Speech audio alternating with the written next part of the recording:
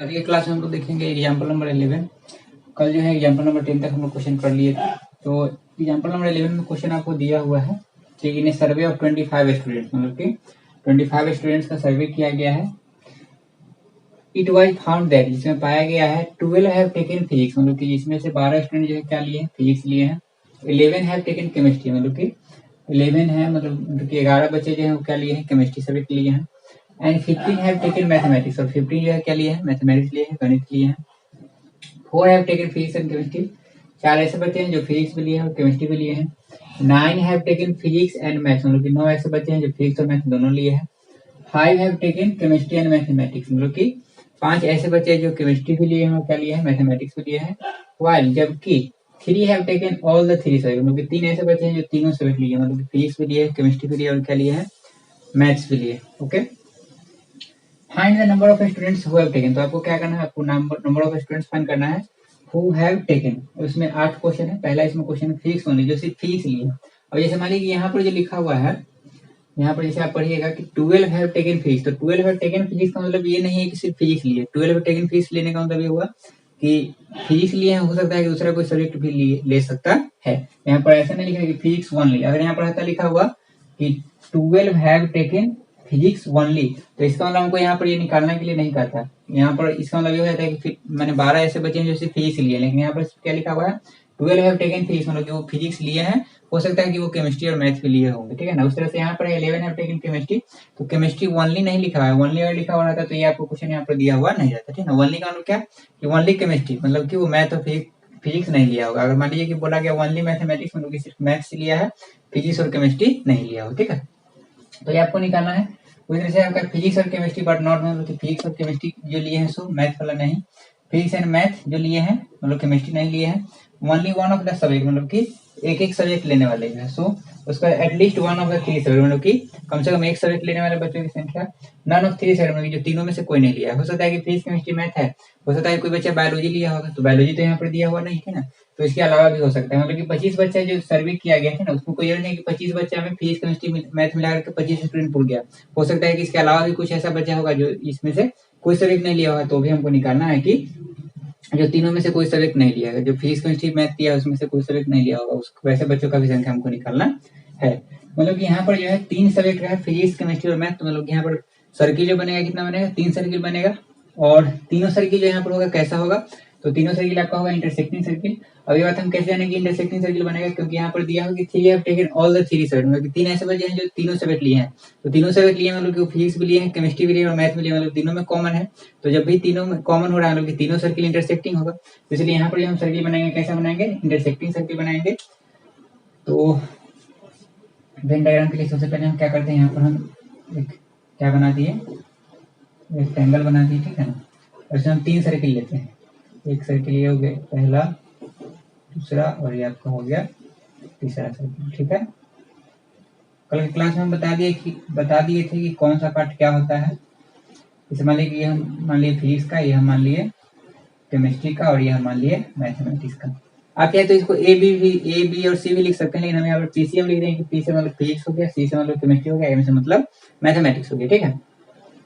अब यहाँ पर हम क्या करते हैं कि इसमें जितना जो पार्ट है, जितना जो यहाँ पर क्या है सर्फेस, जितना जो यहाँ पर रीजन है, सबका हम अलग अलग नाम देते हैं। जैसे एबीसीडी, जैसे हम बताते हैं कि इससे क्या होता है कि आपका क्वेश्चन सोल्व करना क्या होता है, बहुत ही आसान हो जाता है। तो हम यहाँ पर इसको हम मान लिए क्या, ए, इसको हम मान लिए बी, इसको हम मान लिए सी, ये हो गया डी, ई, एफ और जी। एक बार हम सब रीजन का नाम बताते हैं कि क्या है। जैसे यहाँ पर ए लिखा हुआ है, तो ए का मतलब यहाँ पर क्या है, ध्यान से बात को समझिएगा। यहाँ पर ए लिखने का मतलब ये है, ये पूरा तो पी है, मतलब कि पूरा जो फिजिक्स है उसमें क्या आ रहा है, ए एफ जी और डी आ रहा है, ठीक है ना।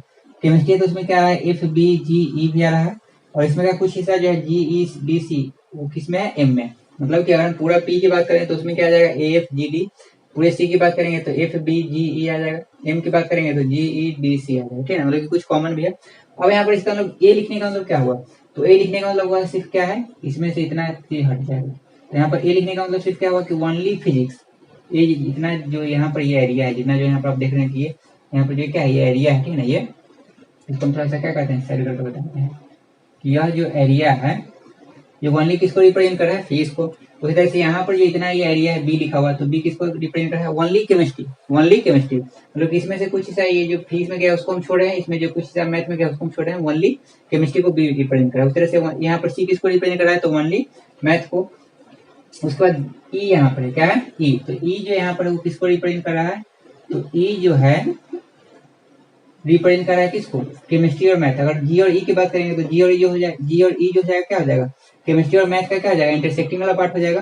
तो यहाँ पर जी फिर फिजिक्स में भी आ जाएगा। तो मान लीजिए हमको सिर्फ बोला गया केमिस्ट्री और मैथ के लिए, तो केमिस्ट्री और मैथ सिर्फ किस में आएगा, ई में आएगा। वही तरह से फिजिक्स और मैथ के लिए बोला जाएगा तो क्या होगा, डी होगा।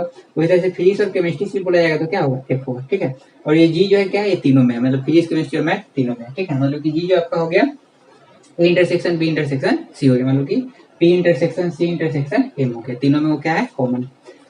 और शुरू करते हैं यहाँ पर। तो दिया हुआ है यहाँ पर कि इन ए सर्वे ऑफ 25 स्टूडेंट्स, मतलब 25 स्टूडेंट्स पूरा दिया हुआ है। 12 हैव टेकन फिजिक्स, तो फिजिक्स यहाँ पर जो है वो क्या है, मतलब कि फिजिक्स का जो पूरा पार्ट है वो क्या है, तो वो जो है आपका 12 के इक्वल है। मतलब कि अगर हम ए एफ जी और डी सबको अगर हम ऐड कर देंगे तो कितना के इक्वल हो जाएगा, फिजिक्स के इक्वल। और फिजिक्स में है कितना, तो फिजिक्स में है 12, कितना है 12। तो हम यहाँ पर लिख सकते हैं क्या, तो पहला इक्वेशन यहाँ से हम क्या लिख सकते हैं, ध्यान से बात को समझिएगा। यहाँ पर हम लिख सकते हैं पहला कंडीशन के अकॉर्डिंग कि ए एफ जी डी, अगर हम ए, अगर हम यहाँ पे लिखते हैं, अगर हम ए एफ जी और डी को ऐड करेंगे तो कितना आएगा, 12 आएगा। कितना आएगा, 12। क्यों, क्योंकि फिजिक्स का हमको दिया हुआ है कितना है, it was found that 12 have taken physics, मतलब कि 12 बच्चे जो है फिजिक्स लिए हैं, यहाँ पर दिया है ना। तो फिजिक्स वाला पार्ट क्या है, ये क्या है, ए एफ जी डी। तो ए एफ जी डी को ऐड कर देंगे तो कितना आ जाएगा, 12 आ जाएगा। ठीक है, इसको हम मान लेते हैं इक्वेशन फर्स्ट, या आप इसको नहीं भी लिख सकते हैं। ठीक है ना, चाहे तो इक्वेशन फर्स्ट इक्वेशन सेकंड नाम दे भी सकते हैं, नहीं भी दे सकते हैं। ठीक है ना, अब आगे इसमें क्या है, दूसरा है 11 हैव टेकन केमिस्ट्री। देखिए केमिस्ट्री में क्या क्या आ जाएगा, तो केमिस्ट्री में आपका जाएगा एफ बी जी, यहाँ पर अभी हम पूरा ले रहे हैं ना, केमिस्ट्री मतलब क्या बोला है, तो केमिस्ट्री मतलब जितना इसमें है सबको हम ले रहे हैं। तो एफ जी बी ई, यहाँ पर हम क्या लिख सकते हैं, एफ नीचे करके हम यहाँ पर लिख रहे हैं, एफ जी बी ई को ऐड करेंगे तो कितना आ जाएगा, 11। ये हो गया केमिस्ट्री का। 15 हैव टेकन मैथमेटिक्स, 15 कितना लिया है, मैंने मैथमेटिक्स कितना लिया है, 15। तो मैथमेटिक्स में क्या आ जाएगा, जी ई डी सी, यहाँ पे क्या आ जाएगा, जी ई डी और सी कितना आ गया, तो जी ई डी सी में आ गया मैथमेटिक्स कितना है, 15 यहाँ पे हो गया 15। ये ठीक है, आगे लिखा हुआ है 4 have taken physics and chemistry. तो physics and chemistry, physics and chemistry, देखिए फिजिक्स एंड केमिस्ट्री बोला है, ये नहीं बोला है कि फिजिक्स एंड केमिस्ट्री वाली, मतलब सिर्फ फिजिक्स और केमिस्ट्री नहीं बोला है, फिजिक्स एंड केमिस्ट्री। हो सकता है कि वो मैथ भी लिया होगा क्या, तो फिजिक्स और केमिस्ट्री का यहाँ पर हम क्या करेंगे, जब यहाँ पर फिजिक्स एंड केमिस्ट्री आएगा, मतलब कि पी और सी का हम क्या लेंगे, इंटरसेक्टिंग पार्ट लेंगे, मतलब कि फिजिक्स और केमिस्ट्री का इंटरसेक्शन वाला पार्ट। तो फिजिक्स और केमिस्ट्री का इंटरसेक्शन वाला पार्ट क्या है, तो ये वाला पार्ट है, एफ और जी। ये जो है आपका है ना, ये एफ और जी जो है ये फिजिक्स में भी आया है, केमिस्ट्री में भी आया है, और सिर्फ जी जो है ये मैथ में भी आया है ना। तो यहाँ पर ऐसा तो नहीं बोला है कि मैथ यहाँ पर नहीं है, यहाँ पर बोलता 4 have taken physics and chemistry but not mathematics, तब यहाँ पर क्या होता है, तब यहाँ पर हम सिर्फ एफ को क्या मानते हैं, एफ को हम मानते हैं 4। लेकिन यहाँ बोला गया है कि फिजिक्स एंड केमिस्ट्री, तो फिजिक्स एंड केमिस्ट्री का मतलब ये है कि फिजिक्स और केमिस्ट्री तो होगा ही, हो सकता है कि मैथ होगी। ठीक है ना, मैथ के बारे में यहाँ पर कुछ नहीं बोला गया, तो हम इसका फिजिक्स और केमिस्ट्री क्या लेंगे, इंटरसेक्शन वाला पार्ट लेंगे। इंटरसेक्शन में क्या आ जाएगा, एफ और जी आ जाएगा, मतलब कि एफ और जी को ऐड करेंगे तो हमको क्या मिलेगा, हमको 4 मिलेगा। तो यहाँ पर क्या हो जाएगा, F plus G equal to यहाँ पर क्या हो जाएगा 4। एक से हम देख लेते हैं कि बोर्ड पर इतना दिखाई दे रहा है कि नहीं। ठीक है, ओके। तो यहाँ पर हम क्या किए, एफ और जी को ऐड किए तो कितना आ गया, 4 आ गया। एफ और जी को ऐड किए तो क्या आ गया, 4 आ गया। और एफ और जी क्या है, तो पी और सी का मतलब कि फिजिक्स एंड केमिस्ट्री क्या है, इंटरसेक्टिंग वाला पार्ट है। आगे हम बढ़ते हैं, इसको हम आगे और लिखते हैं, ज्यादा नीचे आपको दिखाई नहीं देगा। आगे आपका 9 have taken physics and math. तो फिजिक्स एंड मैथ का है, इसमें क्या होगा, फिजिक्स और मैथ हम क्या लेंगे, इंटरसेक्टिंग वाला पार्ट लेंगे। तो ये है फिजिक्स और ये है मैथ, ठीक है ना, इसका इंटरसेक्टिंग वाला पार्ट क्या होगा, तो ये मतलब कि जी और डी, मतलब कि जी और डी को अगर हम ऐड करेंगे, जी और डी, तो यहाँ पर क्या देगा, फिजिक्स और केमिस्ट्री लेने वाला। तो इसका कितना है संख्या, 9, तो यहाँ पर हो गया बराबर में 9। ठीक है, आगे आपका 5 have taken chemistry and math, मतलब केमिस्ट्री और मैथ का देखिए। तो केमिस्ट्री और मैथ में क्या आएगा, जी और ई, मतलब कि जी प्लस ई यहाँ पर कितना आ जाएगा, तो ये आपका हो जाएगा केमिस्ट्री एंड मैथ में कितना दिया हुआ है, 5। तो यहाँ पर हो जाएगा, यहाँ पर लिखा हुआ है कि 5 have taken chemistry and math, मतलब कि 5 जो है वो केमिस्ट्री और मैथ लेने वाले हैं। वाइल 3 हैव टेकन ऑल, मतलब कि 3 जो है ऐसे बच्चे हैं जो तीनों लिए हैं, फिजिक्स भी लिए, केमिस्ट्री भी लिए और मैथ में, तो तीनों में कौन सा पार्ट आएगा? जी। यहाँ पर क्या हो जाएगा? जी इज इक्वल टू थ्री। ये और समझ में आ गया। तो इस तरह से हमारे पास कितना इक्वेशन बन गया? 1 2 3 4 5 6 7। अब इसको हम क्या करेंगे? इसको सोल्व करेंगे तो हमारे पास ए का वैल्यू आ जाएगा B C D E F G, सबका वैल्यू आ जाएगा। उसका यहाँ पर हम क्या करेंगे? बहुत ही इजी वे में कैलकुलेट कर लेंगे कि क्या है, तुरंत बन जाएगा क्वेश्चन। तो इसके लिए हमको पता करना ये होगा कि सबका वैल्यू कैसे निकलेगा। देखिए जी का वैल्यू यहाँ पर 3 दिया हुआ है, तो अगर जी का वैल्यू हम इस इक्वेशन में अगर पुट कर देंगे तो क्या आ जाएगा? 3 plus E is equal to क्या आ जाएगा? 5। तो 5 माइनस 3 हो जाएगा, क्योंकि 3 प्लस उधर जाएगा तो माइनस में, तो ई का वैल्यू हमारे पास यहाँ पर कितना आ जाएगा? तो ई का वैल्यू जो है हमारे पास आ जाएगा यहाँ पर कितना? ई का वैल्यू आ जाएगा मेरे पास 5 माइनस 3, तो यहाँ पर आ जाएगा 2, मतलब ई का वैल्यू क्या आ गया? 2 आ गया। ठीक है, अब यहाँ पर जी का वैल्यू रखें 3 है, तो यहाँ पर हम रखेंगे क्या? 3 plus D is equal to क्या हो गया? 9। तो 3 plus D is equal to 9, तो डी इज इक्वल टू क्या हो जाएगा? 9 माइनस 3। तो डी का वैल्यू यहाँ से कितना आ जाएगा? तो डी का वैल्यू आ जाएगा यहाँ से 6। डी का वैल्यू यहाँ से हमारे पास आ गया 6 आ गया। डी आ गया, ई आ गया, जी तो हमको दिया ही हुआ है, ठीक है ना। अब हमको यहाँ पर एफ का वैल्यू निकालना है, तो यहाँ पर थोड़ा सा इसको हम ऊपर करके लिखते हैं। F plus G equal to क्या है? 4 है, और जी का वैल्यू हमारे पास 3 है, तो यहाँ पर क्या लिख सकते हैं? F plus 3 is equal to 4। तो यहाँ से हमारे पास क्या आ जाएगा? F is equal to 4 minus 3, तो कितना आ गया? 1। एफ का वैल्यू हमारे पास कितना आ गया? 1 आ गया। एफ का वैल्यू हमारे पास यहाँ पर आ गया 1। अब यहाँ पर जी हमको पता हो चुका है, ई पता हो चुका है, डी पता हो चुका है, तो इससे क्या आ जाएगा? सी। तो वैल्यू रखिए यहाँ पर। तो जी का वैल्यू आपके पास कितना हो गया? 3 प्लस ई का वैल्यू कितना है? 2। डी का वैल्यू आपके पास कितना है? 6 है, और plus C is equal to क्या हो गया? 15। तो इससे होगा क्या? 6 और 2 8, 8 और 3 11, 15 में से 11 जाएगा तो कितना बचेगा? 4। सी का वैल्यू आपके पास कितना है? 4 है, तो सी का वैल्यू आपके पास 4 के इक्वल आ गया, तो सी लिया गया। अब यहाँ पर हमको निकालना क्या है? ई पता हो चुका है, जी पता हो चुका है, एफ पता हो चुका है, तो बी यहाँ से निकालेंगे। तो एफ कितना है? तो एफ आपके पास है 1। जी का वैल्यू कितना है? तो जी का वैल्यू 3 है, तो यहाँ पर हो गया 3। बी का वैल्यू आपको नहीं पता है, तो बी रहने दीजिए। और ई का वैल्यू कितना है? तो ई का वैल्यू 2 हो गया, तो बी इक्वल टू क्या हो गया? 11। तो यहाँ से क्या हो जाएगा? 2 और 3 5, 5 और 1 6, 2 और 3 5, 5 1 6, 11 में 6 जाएगा तो कितना आ जाएगा? 5। मतलब बी का वैल्यू यहाँ पर कितना आ गया? 5 आ गया। तो बी का वैल्यू कितना आ गया? 5 आ गया, मतलब 5 आ गया। इसको थोड़ा सा देते हैं 5, ठीक है।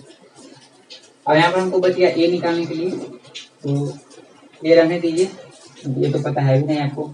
एफ कितना आ चुका है? तो एफ आपके पास आ चुका है 1, तो 1 हो गया। जी कितना है? 3। डी कितना है? तो डी आपके पास है 3, इक्वल टू क्या हो गया? 12। तो इससे यहाँ पर होगा क्या? 6 और 3 9, 9 और 1 10, तो 12 माइनस 10 क्या हो जाएगा? 2। तो ए का वैल्यू कितना आ जाएगा? 2। तो इस तरह से हमारे पास ए का वैल्यू आ गया, बी का, सी का आ गया, डी ई एफ और जी सबका वैल्यू यहाँ पर हम जितना जो रीजन यहाँ पर दिया था उस सबका यहाँ पर, तो यहाँ पर यूज दिया यहाँ पर हो गया यूनिवर्सिटी, ठीक है ना। ये हो सकता है कुछ सर्किल से बाहर भी हो सकते हैं ना, तो इसलिए यहाँ पर यूनिवर्सिटी होगा। तो A B C D E F G, मतलब कि सर्किल के अंदर में जितना रीजन हम यहाँ पर प्लॉट किए थे सबका यहाँ पर हम वैल्यू निकाल चुके हैं। अब आते हैं क्वेश्चन पर। फिजिक्स ओनली, तो हमारे देखिए फिजिक्स ओनली किसको कौन रिप्रेजेंट कर रहा है? तो यहाँ पर ए जो है सिर्फ किसको रिप्रेजेंट कर रहा है? Only physics. तो मतलब कि फिजिक्स ओनली किसके इक्वल है? ए के इक्वल है। और ए का वैल्यू आपके पास है कितना? तो ए का वैल्यू आपके पास है 2। इसका मतलब ये हुआ कि सिर्फ फिजिक्स लेने वाले बच्चे कितने हैं? 2। मतलब कि जो सिर्फ फिजिक्स लिए, मतलब कि वो ना केमिस्ट्री लिया है ना मैथ लिया, सिर्फ फिजिक्स लिया, तो वैसे कितने बच्चे हैं? 2 बच्चे हैं। केमिस्ट्री ओनली, तो केमिस्ट्री ओनली किसको रिप्रेजेंट कर रहा है? तो ये केमिस्ट्री है का सर्किल है, और इसमें ये बी वाला जो पार्ट है किसको रिप्रेजेंट कर रहा है? Only chemistry. ये जो है ये इसको रिप्रेजेंट कर रहा है ओनली केमिस्ट्री। बी यहाँ पर हो जाएगा बी इक्वल टू, बी का वैल्यू कितना आएगा? 5। मतलब कि 5 ऐसे बच्चे हैं जो सिर्फ केमिस्ट्री लिए हैं, जो सिर्फ क्या लिए हैं? सिर्फ और सिर्फ केमिस्ट्री लिए हैं, वो मैथ और फिजिक्स नहीं लिए हैं, ठीक है। अगला आपका मैथ्स ओनली, मतलब सिर्फ मैथ लेने वाले बच्चे, तो सिर्फ मैथ लेने वाले बच्चे क्या होगा? सी यहाँ पर होगा, क्योंकि ई तो यहाँ पर भी आ जाएगा, केमिस्ट्री में आ गए थे ना, तो ये नहीं होगा। जी तो ये तीनों में आ गया, डी तो यहाँ पर फिजिक्स में भी आ गया, तो ओनली केमिस्ट्री लेने वाले बच्चे, ओनली मैथ लेने वाले बच्चे क्या होंगे? सी के इक्वल। यहाँ पर क्या आ जाएगा? सी, और सी में कितना है? तो सी का वैल्यू आपके पास है 4, मतलब कि 4 ऐसे बच्चे हैं जो सिर्फ मैथ लिए हैं, केमिस्ट्री और फिजिक्स नहीं लिया। अब जो अगला क्वेश्चन इसमें क्या है? Physics and chemistry but not math, मतलब कि फिजिक्स और केमिस्ट्री होना चाहिए लेकिन मैथ नहीं होना चाहिए। Physics and chemistry but not mathematics, मतलब कि मैथ्स, ठीक है। तो पहले हम फिजिक्स और केमिस्ट्री का देखते हैं इंटरसेक्शन वाला पार्ट। तो फिजिक्स एंड केमिस्ट्री का इंटरसेक्शन वाला पार्ट क्या है? डी और जी के इक्वल। किसके इक्वल है? डी और जी के इक्वल। लेकिन यहाँ पर जी अगर हम लेंगे तो जी तो केमिस्ट्री में भी आ रहा है, लेकिन यहाँ पर लिखा होगा कि फिजिक्स एंड केमिस्ट्री का देखना सब। फिजिक्स एंड केमिस्ट्री, तो फिजिक्स एंड केमिस्ट्री का इंटरसेक्टिंग वाला पार्ट क्या है? एफ और जी है। क्या है? एफ और जी जो है क्या है? Physics and chemistry, but not math. तो मैथ में जो जा रहा है उसको छोड़ दिए। तो मैथ में कौन जा रहा है? जी वाला पार्ट जो है मैथ में भी जा रहा था, इसको छोड़ दिए। तो क्या बच जाएगा? एफ बच जाएगा। यहाँ पर ये हो जाएगा एफ के इक्वल, मतलब कि एफ जो है वो किसके इक्वल है? फिजिक्स और केमिस्ट्री, नॉट मैथमेटिक्स के। तो एफ कितना के इक्वल है? तो एफ जो है आपका 1 के इक्वल। मतलब कि एक ऐसे बच्चे हैं जो फिजिक्स और क्या लिए हैं? केमिस्ट्री लिए हैं, मैथ्स नहीं लिए हैं। हो सकता है उनका मैथ कमजोर होगा। आगे physics and math but not chemistry, मतलब कि फिजिक्स और मैथ लिए हैं। यहाँ पर मैथमेटिक्स, अच्छा हम यहाँ पर मैथ्स ही लिख दिए हैं। तो physics and mathematics but not chemistry, मतलब कि हमको फिजिक्स एंड मैथ का पहले देखिए इंटरसेक्शन पार्ट। तो फिजिक्स एंड मैथ का ये क्या है? इंटरसेक्शन वाला पार्ट डी और जी है। इसमें से आप केमिस्ट्री को छोड़ दीजिए, तो केमिस्ट्री आपका क्या है? जी है, इसको छोड़ देंगे तो बच क्या जाएगा? डी। यहाँ पर हो जाएगा डी। तो डी किसके इक्वल हो जाएगा? तो डी आपका इक्वल है 6, मतलब कि 6 ऐसे बचे हैं जो फिजिक्स और मैथ दोनों लिए हैं, केमिस्ट्री नहीं लिए हैं। आगे only one of the subject, only one of the subject का मतलब क्या होगा? कि एक एक सब्जेक्ट लेना है, कि जो सिर्फ फिजिक्स लिए हैं, जो सिर्फ केमिस्ट्री लिए हैं, जो सिर्फ मैथ लिए, उसका संख्या बताइए। तो आप यहाँ पर देखिए फिजिक्स लिए हैं तो कितने बचे हैं? 2, केमिस्ट्री लिए हैं 5, मैथ लिए हैं 4, ठीक है ना। तो ये सबको हम ऐड कर देंगे तो 2 5 कितना जाएगा? 7 और 4 11। मतलब कि यहाँ पर लिखा है कि only one of the subject, मतलब कि एक ही सब्जेक्ट लेने वाले थे, एक ही सब्जेक्ट लेने वाले बच्चे। यहाँ पर ए जो है सिर्फ फिजिक्स लिया है, बी जो है यहाँ पर सिर्फ केमिस्ट्री लिया, और सी जो है यहाँ पर सिर्फ क्या लिया है? मैथ। तो यहाँ पर ये बोला गया है only one of the subject, मतलब कि एक एक सब्जेक्ट लेने वाले बच्चे जो है उनका संख्या बताइए। तो यहाँ पर क्या हो जाएगा? तो यहाँ पर हो जाएगा ए प्लस बी प्लस सी, और ए का वैल्यू क्या है? 2, बी का वैल्यू क्या है? तो बी का वैल्यू आपके पास है 5, और सी का वैल्यू क्या है? तो सी का वैल्यू आपके पास है 4। तो इससे होगा क्या? आपके पास आ जाएगा 2 और 5 7 और 4 11, मतलब कि 11 ऐसे बच्चे हैं जो सिर्फ एक एक सब्जेक्ट लिए हैं, जो सिर्फ क्या लिए हैं? एक एक सब्जेक्ट ही लिए हैं। मतलब या तो केमिस्ट्री लिए होंगे, या तो फिजिक्स लिए होंगे, या तो मैथ्स लिए होंगे, ठीक है। 7 नंबर क्वेश्चन है आपका, at least one of the 3 subject. At least one of the 3 subject, at least one of the 3 subject का मतलब क्या हो गया? कम से कम एक सब्जेक्ट लिए होंगे, कम से कम एक सब्जेक्ट, है ना। देखिए कम से कम यहाँ पर एक बोला गया है, तो मैंने कि ज्यादा से ज्यादा तीनों सब्जेक्ट भी ले सकता है ना। तो यहाँ पर हम क्या करेंगे? जब भी एटलीस्ट का केस देखिएगा तो आपको जितना यहाँ पर सर्किल होगा ना, सबको आप क्या कर दीजिएगा? ऐड कर दीजिएगा, मतलब कि ए से लेके जी तक जितना है सबको हम क्या कर देंगे? ऐड कर देंगे, क्योंकि यहाँ पर एटलीस्ट वन बोला गया है। एटलीस्ट वन बोलने का मतलब यह हुआ कि कम से कम एक सब्जेक्ट, और ज्यादा से ज्यादा जितना सब्जेक्ट है सब ले सकता है, ठीक है। तो इसलिए यहाँ पर क्या होगा? टोटल को ऐड कर देंगे। तो एटलीस्ट वाला कैसे हम क्या करेंगे? ऐड कर देंगे सबको। तो यहाँ पर हो जाएगा A plus B plus C plus D plus E plus F plus G. तो यहाँ से क्या हो जाएगा आपके पास? ए का वैल्यू कितना है? तो ए का वैल्यू आपके पास है 2, बी का वैल्यू कितना है? तो बी का वैल्यू 5 है, सी का वैल्यू कितना है? 4 है, डी का वैल्यू कितना है? 6 है, डी का वैल्यू कितना हो गया? 6 हो गया। ई का वैल्यू कितना है? 2, एफ का वैल्यू कितना है? 1, और जी का वैल्यू कितना है? 3। इसको ऐड कर दीजिए, क्या हो जाएगा? 2 और 5 7 और 4 11 11 6 17 17 2 19 19 और 1 20 20 और 3 23, मतलब कि 23 ऐसे बच्चे हैं जो कोई ना कोई सब्जेक्ट लिए हैं, खाली नहीं रहे, ठीक है ना। पढ़ने वाले हैं, खाली नहीं रहे, मतलब कि फिजिक्स केमिस्ट्री मैथ में से कोई ना कोई सब्जेक्ट लिए हैं। एक से ज्यादा भी हो सकता है, लेकिन कम से कम एक सब्जेक्ट तो लिए ही लिए हैं, ठीक है ना। तो 23 हो गया। अब यहाँ पर बोला गया है नन ऑफ 3 सब्जेक्ट, मतलब कि ऐसा बताइए कि जो नन ऑफ 3 सब्जेक्ट का मतलब क्या होगा? कि जो एक भी सब्जेक्ट नहीं लिए होंगे, मतलब कि फिजिक्स केमिस्ट्री मैथ में से कोई सब्जेक्ट नहीं लिया। हो सकता है कि वो बायोलॉजी लिए होंगे, तो वो क्या हो जाएगा? तो देखिए कि 23 ऐसे बच्चे हैं जो फिजिक्स केमिस्ट्री मैथ में से कोई ना कोई लिए हैं। तो टोटल बच्चा हमारे पास था कितना? 25। तो अगर मान लीजिए कि ये पूरा को ऐड करके सर्किल को ऐड करके आ गया हमारे पास 23, तो 2 बच गया यहाँ पर क्या? यूनिवर्सल सेट के बाहर, यहाँ पर सर्किल के बाहर बिलोंग करेगा। 2 ऐसे बच्चे हैं, 2 ऐसे बच्चे हैं जो ना फिजिक्स लिए हैं, ना केमिस्ट्री लिए हैं, ना मैथ लिए हैं। तो यहाँ पर क्या हो जाएगा? 25 माइनस 23, 23 को माइनस करें, क्योंकि 23 ऐसे बच्चे हैं जो कोई ना कोई एटलीस्ट वन सब्जेक्ट तो लिए ही लिए, ठीक है ना। तो 2 ऐसे बच्चे बच जाएंगे, तो यहाँ पर जाएगा 25 माइनस 3 मतलब 2। तो यहाँ पर 2 ऐसे बच्चे हो गए जो इन तीनों में से कोई सब्जेक्ट नहीं लिए। तो हो सकता है कि वो बायोलॉजी लिए होंगे, या इसके अलावा और कोई सब्जेक्ट लिए होंगे, ठीक है। तो इस तरह से क्वेश्चन को सोल्व करेंगे, और यह जो तरीका है बहुत ही आसान तरीका है इस तरह से करने का, ठीक है ना। ऐसे अगर आप मान लीजिए इंटरसेक्शन करके बनाइएगा फॉर्मूला पर जो आपको बताए थे, फॉर्मूला का क्या था कि A union B union C का जो फॉर्मूला था N of A plus N of B, तो उससे आपका बहुत ज्यादा टफ हो जाएगा। हालांकि उससे ही बनेगा, ऐसा नहीं कि उससे नहीं बनेगा, लेकिन इससे बनाना ज्यादा आसान है, ठीक है। तो ये हो गया आपका एग्जांपल का 11 नंबर क्वेश्चन था। कल ये बनाते बनाते बीच में क्या होता है कि कुछ टेक्निकल इशू की वजह से आपका ये नहीं हो पाया था, तो आज इसको हम कंप्लीट करा दिए। इसके बाद आप लोगों का होमवर्क में क्या किया कि होमवर्क में आपका जो एक्सरसाइज ये जो आपका था 1G कंप्लीट कर लीजिएगा। 1G आपका सिर्फ यही इसी से रिलेटेड है, मैंने वेन डायग्राम का ही क्वेश्चन है। उसका एक्सरसाइज 1H जो है आपका मिसलेनियस है। 1H आपका क्या है? मिसलेनियस का चैप्टर है, जिसमें से आपका चैप्टर 1 से लेकर चैप्टर G तक जितना पढ़े सबका मिसलेनियस होगा, शुरू से लेकर अंत तक सबका मिसलेनियस मिक्सअप क्वेश्चन होगा, वो बना लीजिएगा। और जिसका डाउट सेशन होगा, इसमें से हो सकता है कुछ क्वेश्चन ऐसा नहीं बनेगा, तो उसको हम क्या कर देंगे, उसको हम डाउट सेशन में क्लियर करवा देंगे।